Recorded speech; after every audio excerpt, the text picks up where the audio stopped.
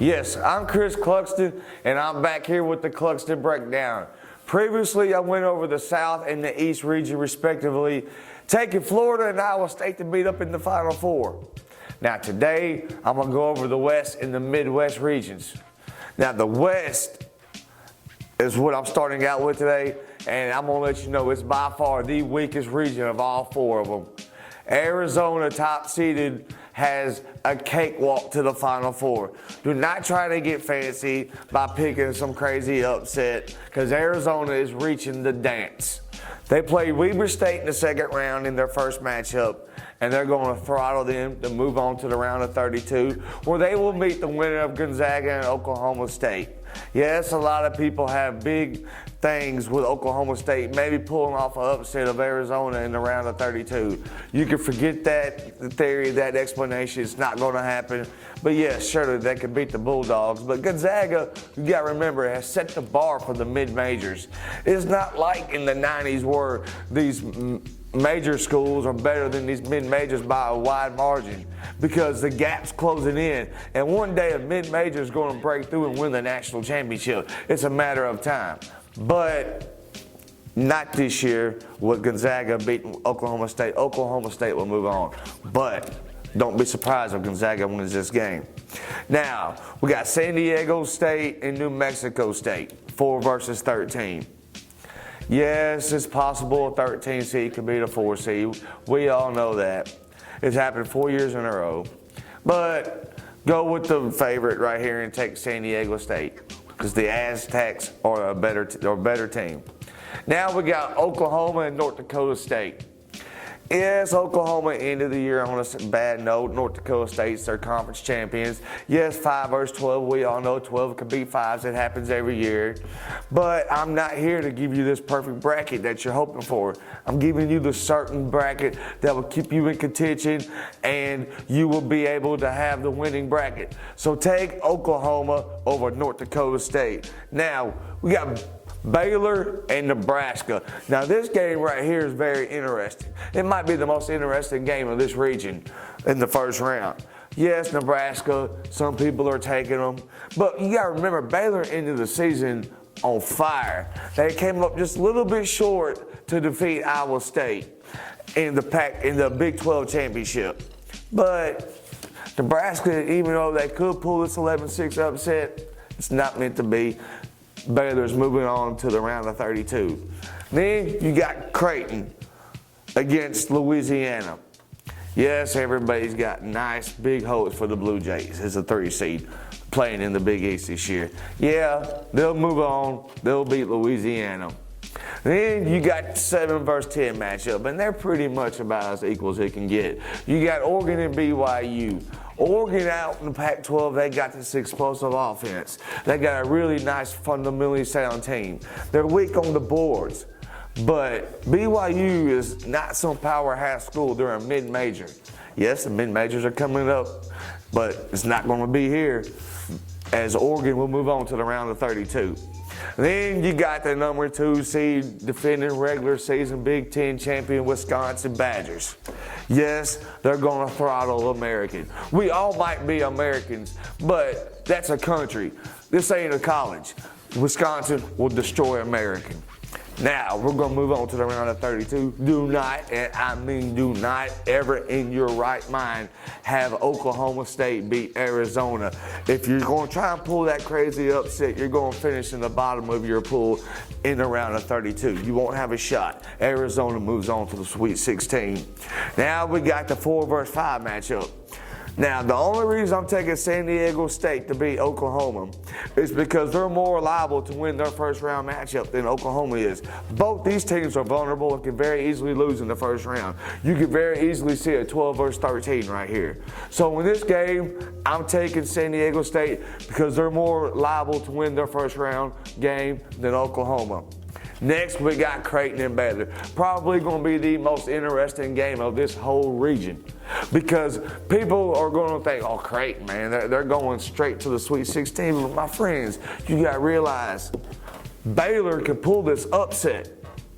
They can really do it, and I wouldn't be surprised to see it happen. But in the end, I'm taking Creighton in a very tight, close ball game. Next up, we got Wisconsin and Oregon. Yes, Oregon can score. And in recent years, Wisconsin would have trouble in this game.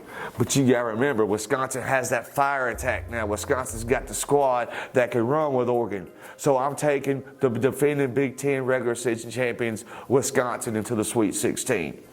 Now you got Arizona playing one of possible 4 teams. I don't know which one it's going to be. Nobody knows which one it's going to be. So I took the higher seed in San Diego State to play Arizona. Arizona cakewalks to the Elite 8. Then we got Wisconsin and Creighton. Take Wisconsin to the Elite 8 because they're the only for sure team on the bottom side of this bracket that's going to be in this Sweet 16 matchup. It's not even a certain Creighton's going to be there. So you take Wisconsin, march it on to the Elite 8. Now we got Wisconsin and Arizona, and this better be everybody's matchup in this region of the Elite 8. Everybody better have Arizona playing Wisconsin, or you're not going to get them 32 points. Now let me go ahead and tell you what's going to happen. It's going to be Arizona marching on to the dance, cakewalking their way all the way straight to the Final Four. You take the Arizona Wildcats because they're the most explosive, dynamic team in this tournament, and they're going to win the West. I'm telling you, you take Arizona going to the Final Four. Now, I'm going to go over the Midwest region right after this commercial break.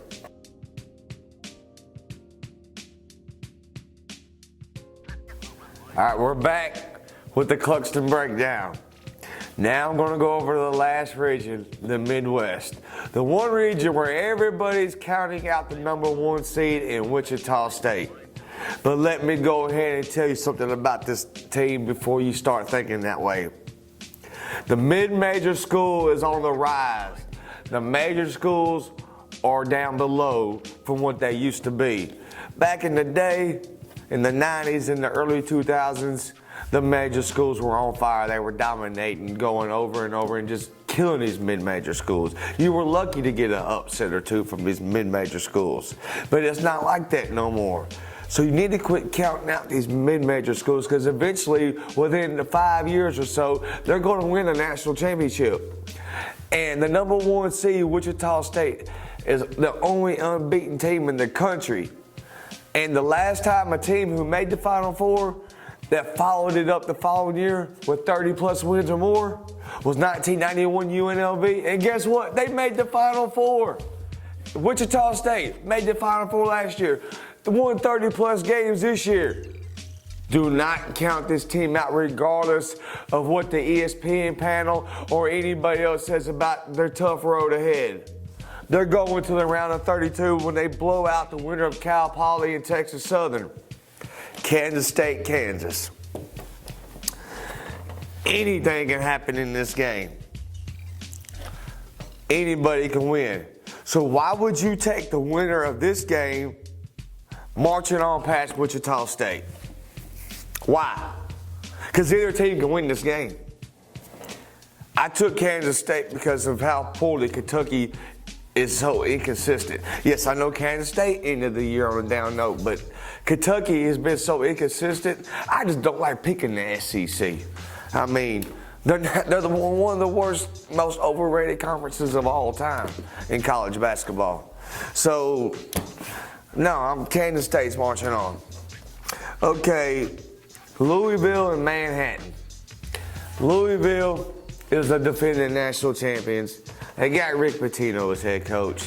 Manhattan wasn't even the regular season champions of their conference. So no, they won their tournament, but they didn't win the regular season. So I'm taking the Cardinal to move on to the second round of the round of 32, which is now the third round, excuse me. Now we got the 5 versus the winner of a playing game between St. Louis plays the winner of NC State and Xavier. Anything can happen because St. Louis, they ended on the season of losing like 5 out of their last 6 games or something. And, but I'm taking St. Louis because NC State and Xavier are both garbage teams. I mean, so I'm just going to take the for sure team that's in it, St. Louis. All right.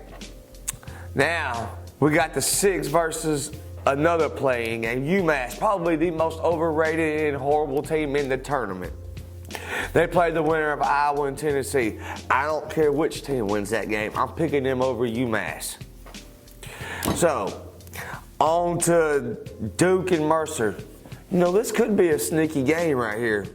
Because Duke, they got to be the most inconsistent team of all the big name schools. I mean, they have no rebounding ability whatsoever.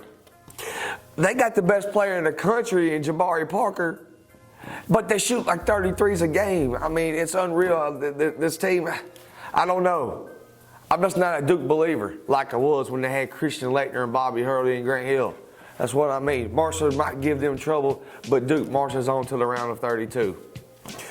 Next, we got the 7 versus the 10.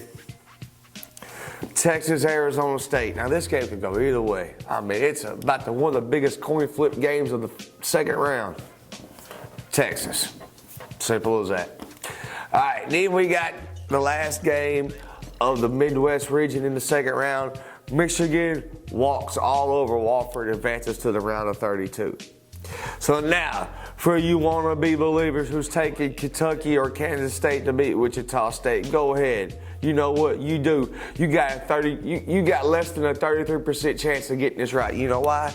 Because you got a 50% chance of losing your first round game. And then, actually, never mind, you got less than a 25% chance. And then you're going to take an 8 or 9 seed to beat Wichita State. So that diminishes your percentages right there. So go on and make this pick and eliminate yourself from your pool in the round of 32. Yeah, you're a smart person if you do that. Wrong, you're an idiot. You're a joke. You don't watch college basketball. You should know number 1 seeds rarely lose in the second round or the round of 32. All right. Now we got Louisville, St. Louis. St. Louis will be lucky to even be there. Louisville marches on to play Wichita State. Duke will beat Iowa or Tennessee. I don't want to get into the topic of that because I don't know which one's going to play Duke, but Duke's going to win the game. And then we got Michigan going to put a butt whooping on Texas. So now we're down to the Sweet 16. Wichita State, Louisville. Yeah, Louisville, you know, they're a 4 seed for a reason, right? 4 seeds don't make the Final Four very often. Take Wichita State and don't even think twice about it. Michigan against Duke. Now, this game can go either way. I mean, you know, both teams are inconsistent. Both teams look good at times. Both teams look like crap at times. I flipped a coin because neither one of them was going to be able to beat Wichita State in the Elite Eight. It came on heads. Heads was Michigan. Michigan beats Duke. Wichita State goes into the Final Four to play Arizona. So there you have it. All 4 regions have been previewed. I'll be back to recap the story.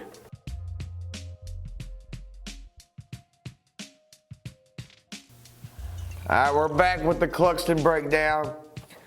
And I just want to let y'all know, I hope you enjoyed my show. You can always follow me on Twitter or ask any questions at Cluxton24, and I would be glad to answer them. Now, my bracket will be contending in my pool, and we'll also finish it in 90th percentile on ESPN.com. That's where I'm playing. And I want to go ahead and give y'all some tips on what not to do to eliminate yourself in the early rounds. First of all, stay away from 4 or 5 seeds making it to the Final Four. It doesn't happen often. Please don't risk 25% of your tournament in the first round.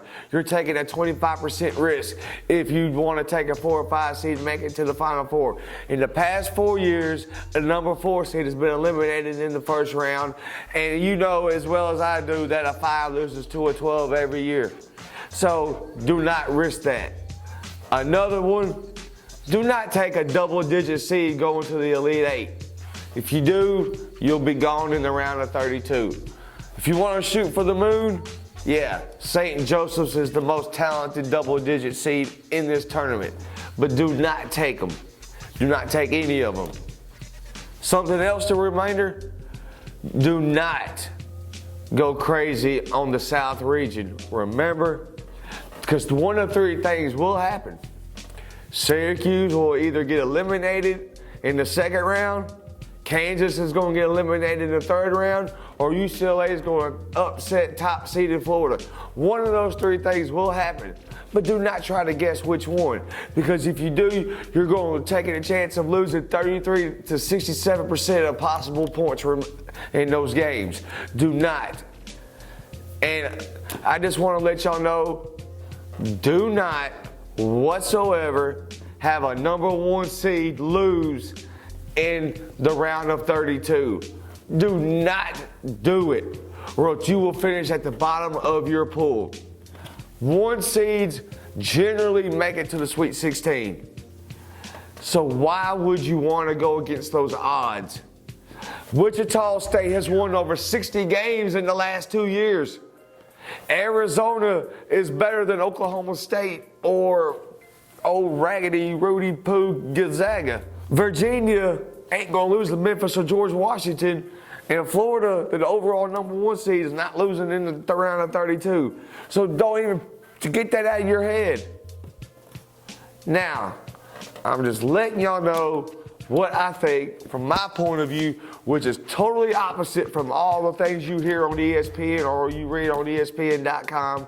Because those guys, in my opinion, are doing it for show. They're doing it for publicity stunts.